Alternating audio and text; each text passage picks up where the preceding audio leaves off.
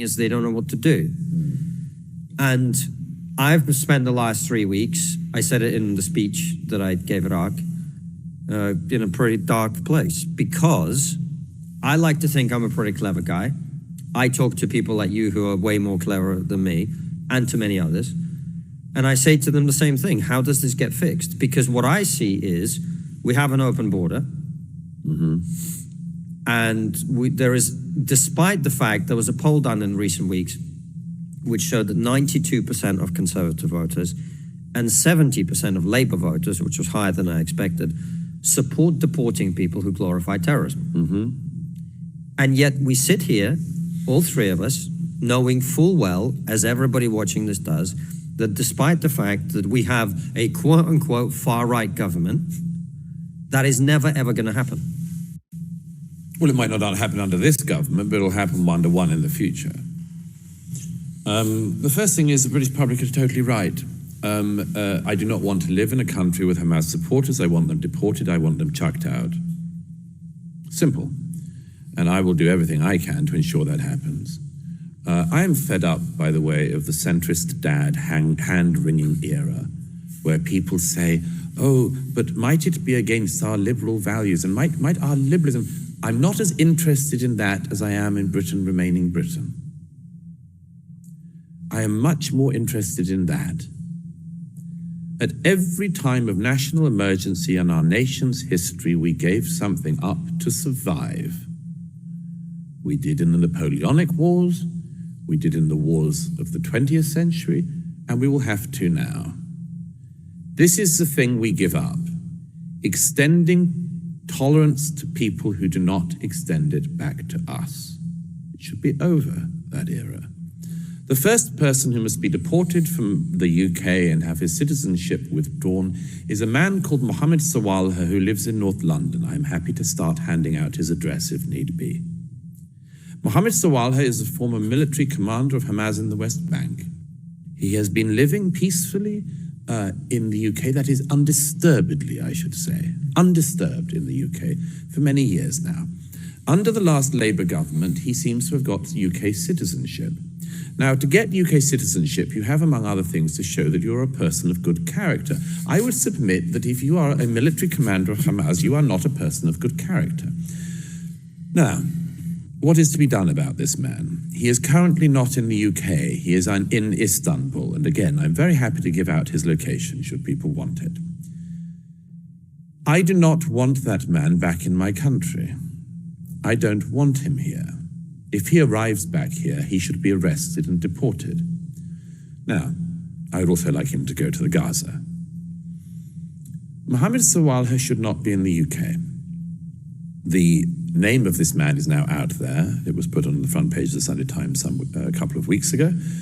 I immediately got my lawyers to write to the Home Secretary, the Prime Minister, the Director of Public Prosecutions, and the Attorney General, saying that if they do not prosecute him, I will get a prosecution myself. This man cannot live in my country. He will be the first, and we will see how many more need to come after him. He should not have British citizenship. We do not want him here. We have not benefited from his being here. Let me throw one other name straight out there who should be on the same list.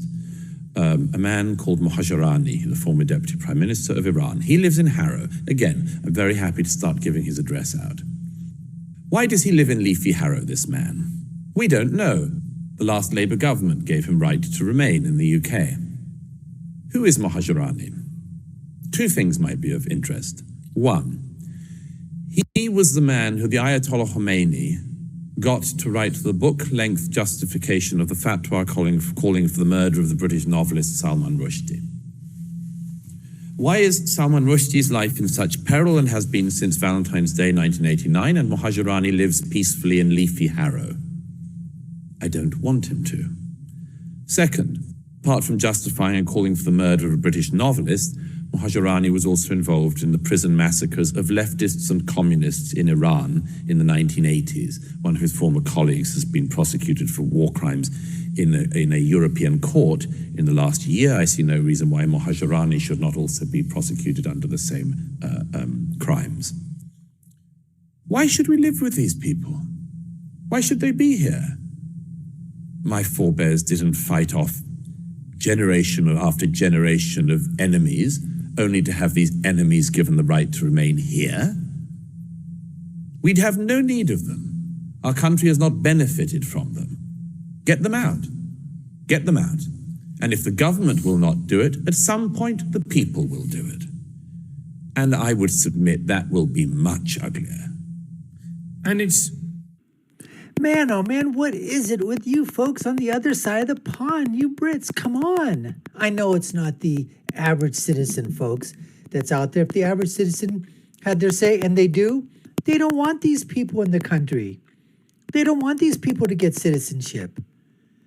But like Douglas said, somehow in the Labour government, both these two terrorists, these two Islamists, fundamentalists, somehow were given the ability to stay, live cushy lives, probably given a house. These people, they siphon off millions and millions of dollars, have them probably, stowed away up in Switzerland in the banks.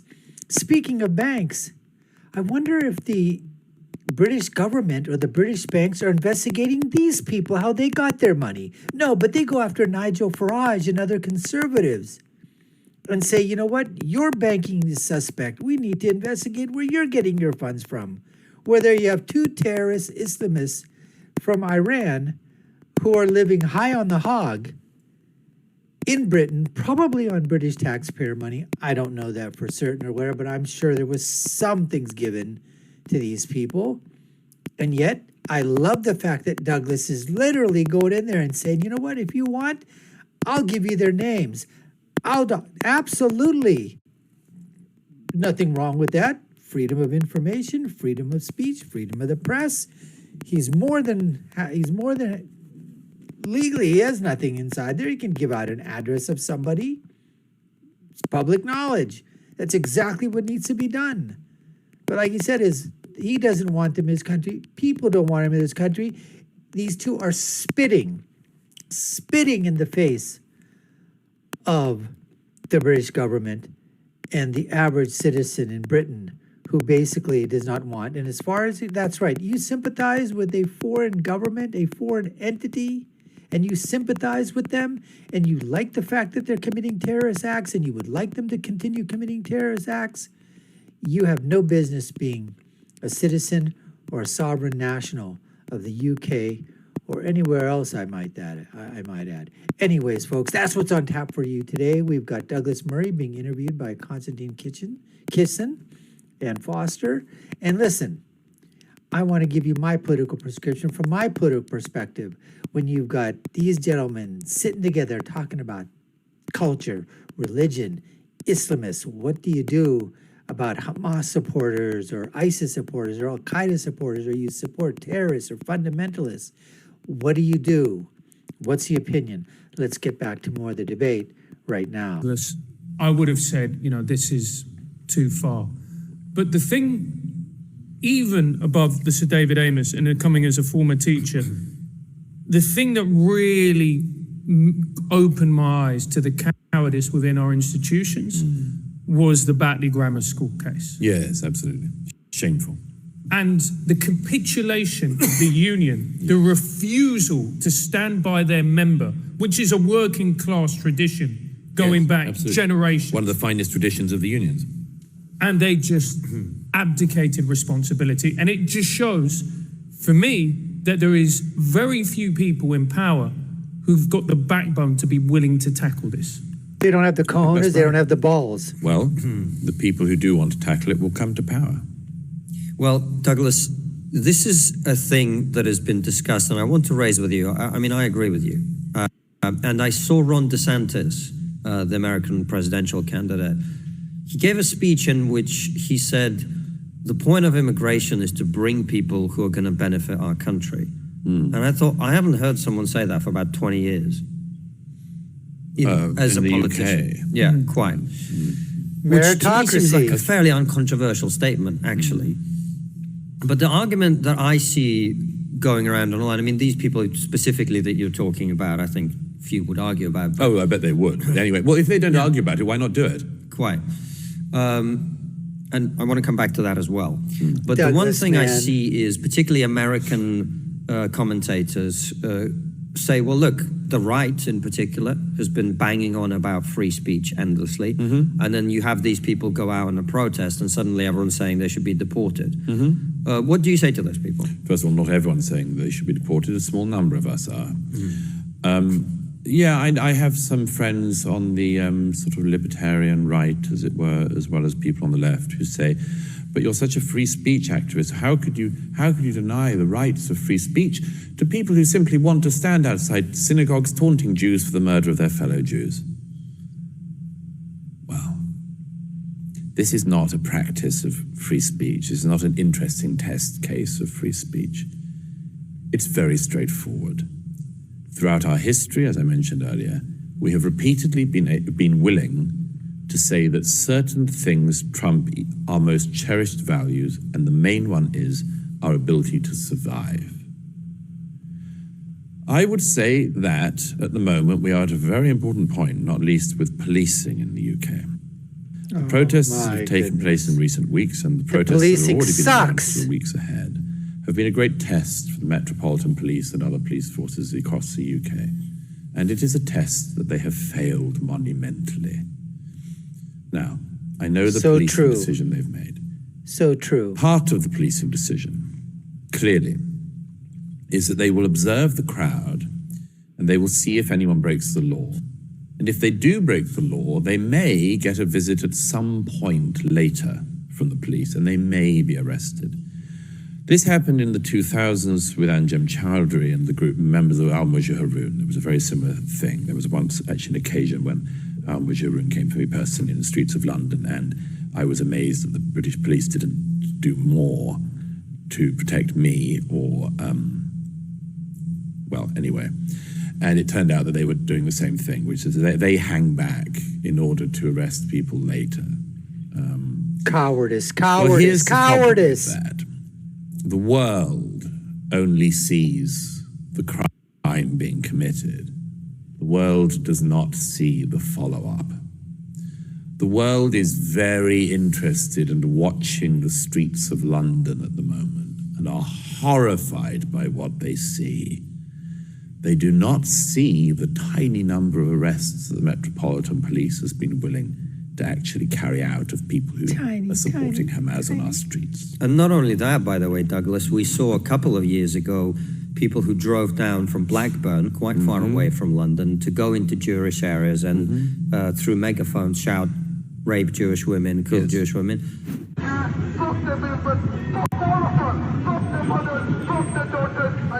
That shouldn't be allowed under free speech laws. Those people were arrested and not prosecuted. Yes. Maybe they should have tweeted it. BS. Yeah, they should have BS. called them. What was the crime that Lawrence Fox committed again that brought the whole world crashing down a few weeks ago? They should have said they wouldn't shag them, which is Yes, the opposite exactly. of what they seem to be. Wasn't that a good? They should have gone through Jewish areas saying, I wouldn't shag.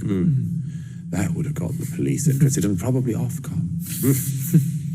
That would have got the Guardian going for months. My God, we've been diverted, haven't we? Here's the thing. The police are also, of course, in this strange case of several cases we now have on camera of the police taking down the posters of missing, stolen Jewish children that have been put up in London and other places. And as well as being What ripped the down hell is by that? Muslims in the UK and leftists in the UK. That's just They've absolute also bullshit now been taken again. down by police in the UK. We have footage of the Metropolitan Police taking down these posters. Two things about that, if I may. The first is we should follow the example of some blue-collar workers in New York and elsewhere in America recently who have found these scumbags taking down posters and confronted them. If the police are not going to confront people ripping down posters and trying to hurt Jews on the streets of Britain, again, I would like the public to do so. And I think the public should start to do so. And that is what will happen if the police do not protect the public. The public will have to start protecting the public. The second thing... May I just on that? Sure. Aren't we being slightly dishonest at Douglas, the demographic situation in the UK is very different. It is. I don't know that if I was to challenge somebody in the street doing that I frankly at this point would have the support of the people around me. I wonder if I might find myself in the minority. Okay, well, what will happen at some point is that a group of people who are in a majority will come down from some other part of of the UK, and they'll do it themselves. And who would say that that was a bad thing? At this point, yeah. At this point, if this is all on the table, they're going to regret it. The police are going to deeply regret this. So that's the first thing. The second thing is, and let me be as clear as possible on this, the police clearly seem to think in the UK that the big problem is that it is provocative to put up posters of abducted Jewish children, and that is because it will provoke community tensions. This, by the way, is not a fringe view. It is a view clearly shared by a number of politicians across the UK, most prominently certain Muslim politicians across the UK. Here, let us be totally frank. Please. If there are people in the UK who are offended by the posters of missing Jewish children, they must leave the UK. We do not want them. Wow. It is not Jews who should be fearful in the UK. It is the people who would make Jews fearful. They must leave. It is shameful to me that in the last few weeks, I have had friends from around the world, including Jewish friends, saying, is it safe any longer to come to England, to come to Britain, specifically to come to London? It is not Jews who should fear being in London, it is the people who would make them fearful. Absolutely. So at some point, the Jews, who are a very small minority in the UK, a little over 200,000, they are dwarfed by the large size of the Muslim community in the UK at the moment, but fine. The non-Muslim population of the UK is far larger. And by and large, in my experience, they are very good people. The British still have pride in their past that has not been beaten out of them. They still have a sense of the goodness of our nation. Absolutely. The pride of our nation, of what it has done in the past that we should be grateful for and proud of. Continue to do so in the future. Now. Absolutely. Despite decades of indoctrination to try to tell us that we are wicked, that is really only believed by a small number of people who happen to have control of many of the major institutions and who have a disproportionate voice in the media and a disproportionate presence in what used to be called academia. Same in America. Same in America. Absolutely. Do you not worry, Douglas, that with what you're saying, that we're going to be pretty soon, not that you're advocating, I want to make that clear, that we're going to be on the path to a pretty unpleasant government pretty soon? Well, we've got Starmer, of course, but that's a different thing. But what we'll have is, this will all be suppressed again and again and again until you can't suppress it anymore. And it will not be a matter of party affiliation or parties in power. It will simply start to happen on the streets. The British public are being pushed beyond our endurance. And there will become a breaking point. A political outlet, I think that a large number of people will start to think we don't have a political outlet. The Home Secretary and the government say things, and yet they do not happen. Cowards. The Labour Party say things and promise things, and yet they do not happen. I'm old enough to remember when the last Labour government was ratcheting up mass immigration into the UK, talked about the dangers of mass immigration. I well remember people like, what was his name? There was a Labour immigration minister in about 2007 who gave a front page interview to the Times of London, which he talked about the downsides of multiculturalism, how everything had gone wrong with it, and we needed to get control of our borders. We've heard these people from right and left, Labour and Conservative. None of them ever do what they say, and never. It seems they never do because they can't. Anything. So I very much fear, again, as you say, I'm not advocating it, I'm observing it.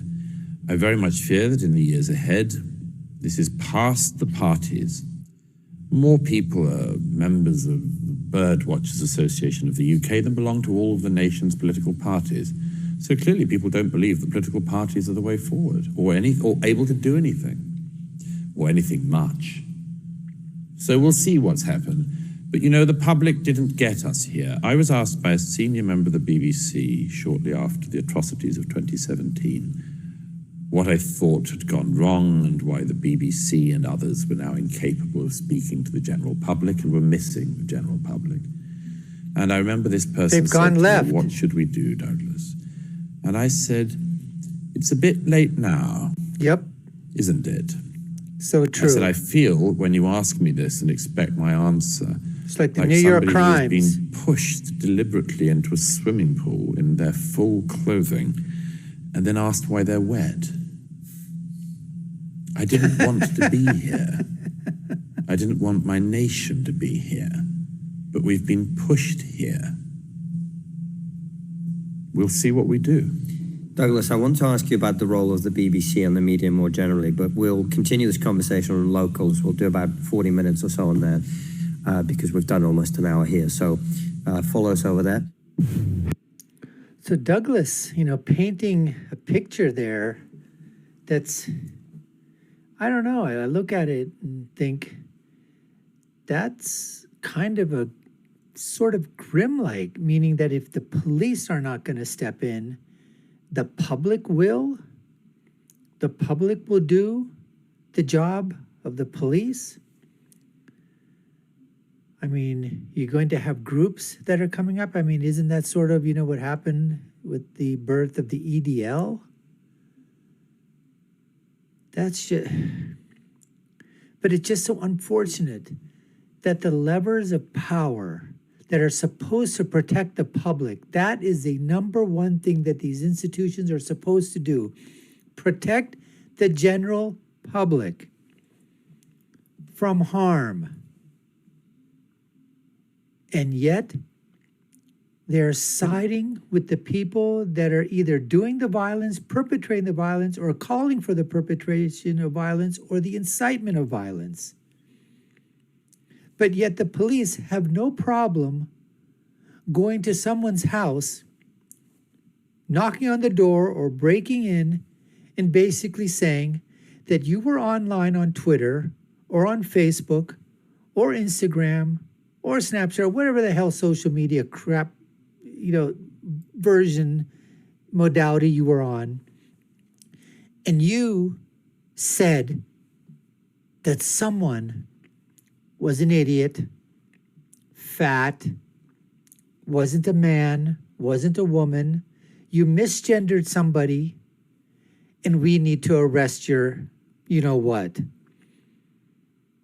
And then you appear in court, you pay a fine, you're found guilty of calling somebody fat, or calling a man a woman, or a woman a man, or saying that a man can't be a woman and a woman can't be a man, or you don't want to use pronouns, or called somebody a wrong pronoun, or somebody just made some lie up about you, but the court took it as truth.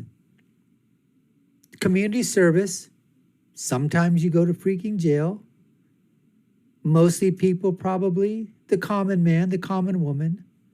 And that's what happens in the United Kingdom. And people wonder what the hell's going on. That's what happens here, folks. It's what we call country class versus country club class. People say there's two different levels of, of punishment, two different levels of justice in America.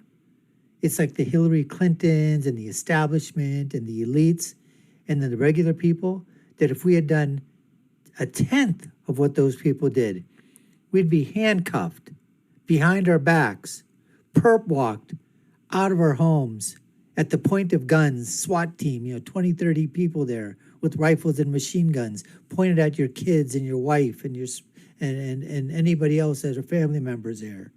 And you taken out of your home in the middle of the morning, all because, you had the audacity to say something wrong against somebody in power.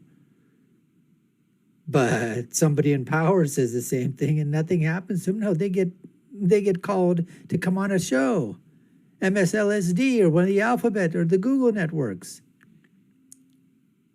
Two-tier form of justice. I think there's more than two-tier form of justice that happens in the United States and obviously in Britain. The haves and the have-nots. And this happens on both sides of the aisle. Labor, conservative over across the pond. You conservative and Democrats and Republicans over here on this side of the Atlantic. It's unfortunate. It's unfortunate, but that's what happens. If you've got money, if you've got the power, you might be able to escape the wrath of justice because the scales don't balance equally. They're heavily weighted on the elite, the establishment class, what we call the country club class. What do we say all the time? What do? They make rules for thee, but not for the we, the establishment and the elites. Anyways, folks, we appreciate you taking the time to watch. You've been watching the Dr. Nasir Shaikh Show. Hope you enjoyed this this conversation, this interview with Douglas Murray and Konstantin Kisin. We'd love for you to go ahead, smack that subscription bell if you like our content. Like, share, and follow us. You all know what to do. And I'll leave you with my final thought, which is, when you're right, you're right. And when you're left, you're wrong. Until next time, folks, take care and stay safe.